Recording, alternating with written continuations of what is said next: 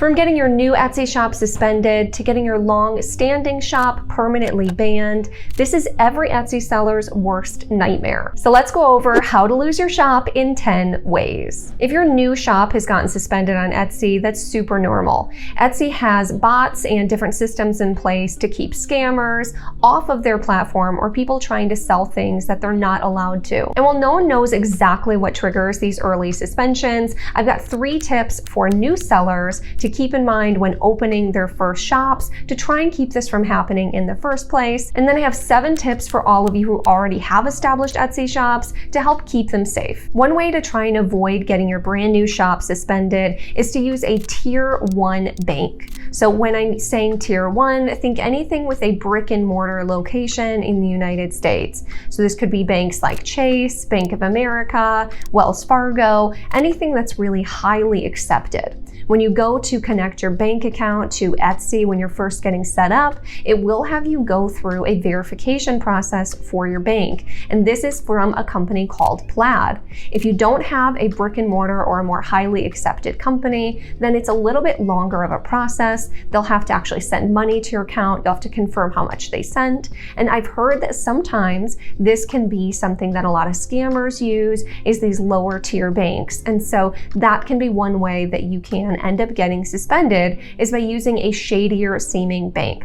Now, if you can't get a bank account with one of these more Tier 1 banks, don't worry, plenty of people have opened shops without them, but this is a tip that I've been hearing a lot lately, so I wanted to mention it. The next biggest reason why I hear people's brand new shops get suspended is putting incorrect information in, especially your personal information like your social security number or your business's EIN number or your bank account information. These are both big red flags for someone that's trying to scam people or do something nefarious on the platform. So when you're filling out your information to open your new Etsy shop, make sure to go through slowly and thoroughly and get all of this information input correctly the first time. And then number 3 is actually lying about any of your information. A lot of people that don't live in the United States that want to sell here think that they can just lie and say they live here. Well, that's not necessary. As long as you are allowed to sell on Etsy in your country, which you can Google which countries are allowed to sell on Etsy, then Etsy doesn't mind if you sell in the United States.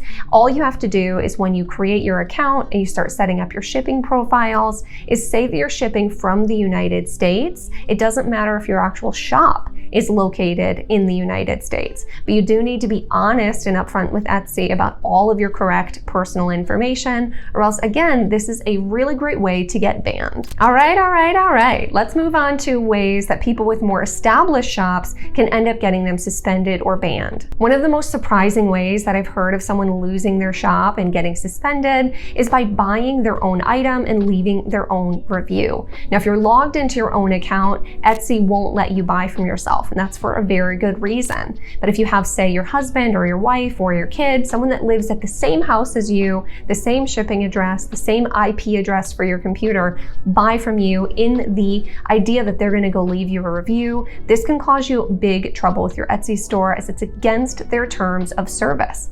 Now, if you want to order a sample, if you're using a print-on-demand company like I use a company called Printify. If you want to order samples of those products to see what they look like and what they feel like before selling them, then you can do that right on Printify's website. You just go to their orders page and say order a sample. You don't have to actually order these from your Etsy shop. Now, if you do want to get some early reviews in your store, you could ask a friend or a family member that don't live with you to buy something from you and leave a review, but it can't be someone that actually lives at your own home, as that again is a big no-no. Next, hopefully is an obvious one, and that is by infringing on somebody's trademark. Now, I didn't know what trademarks were until I actually got my very first trademark infringement in my store 6 months after opening it. My fault for being ignorant, but I'm on a mission to help save anyone on my channel from that same fate and getting any trademark infringements. If you didn't know how this works, certain words on items like shirts or water bottles or mugs can actually be trademarked by a company so that they're the only ones that are allowed to sell it on that item.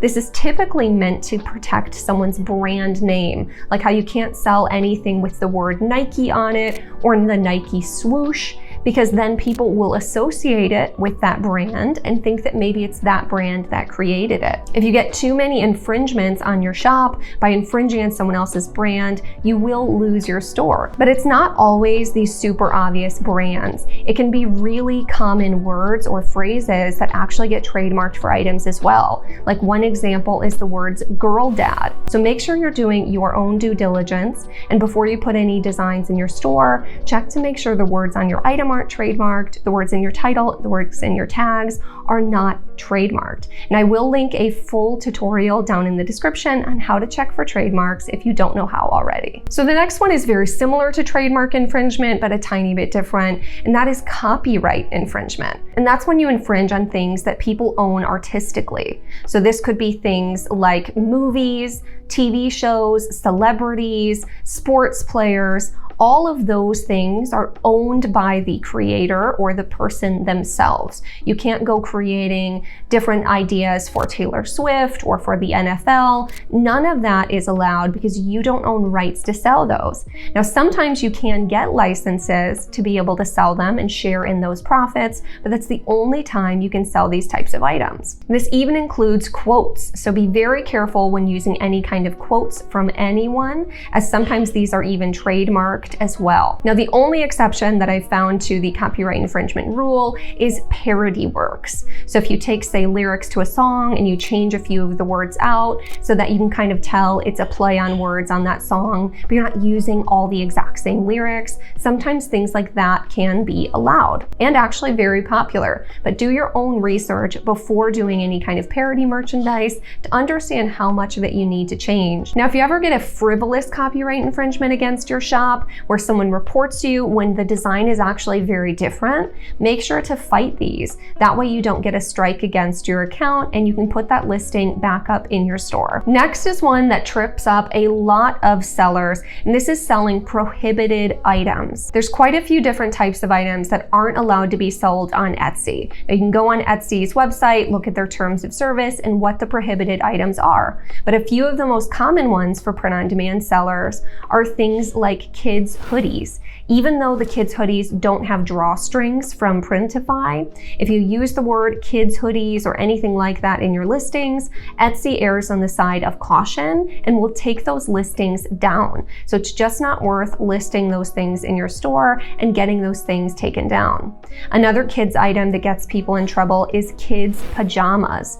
Legally, there are certain requirements that the garments have to meet to be sold as pajamas. So even if you're innocently putting a kid's t-shirt in a listing and just calling it kids pajamas, even though it really isn't even a pajama garment, this can get your listings taken down off of Etsy. Next is not being in compliance with Etsy's handmade policy. Now, if you're selling print-on-demand items, that is perfectly allowed to have production assistants to actually create the items, but you do have to have some kind of hand in the process, which for print-on-demand sellers like me, that means actually making the design yourself.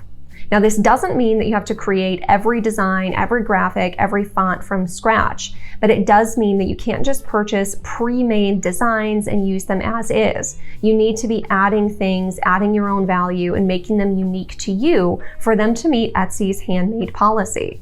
You also need to make sure that your listings are set up the correct way to tell Etsy that you're making handmade items with production assistance. Now, the way to make sure that's set up correctly when you go into your listings is when you get down to the core details, it should say physical item, handmade with production assistance. And the way you get it to look like that is you say it's a physical item, another company or person made it, it's a finished product, and that it's made to order. And then you always need to share the information from your print provider, like their location and their name. Now, moving on to the 9th way to lose your shop, and that is by being associated with a banned Etsy account. So if your shop gets suspended, you can't just go open another one. That's why you need to go through the appeal process and get the first shop back. And that's also why you might not want all your stores owned by the same company or on the same IP address. Now, if you sell different items, I'm not saying you have to have multiple stores. Personally, I have an Etsy store where I sell print-on-demand products.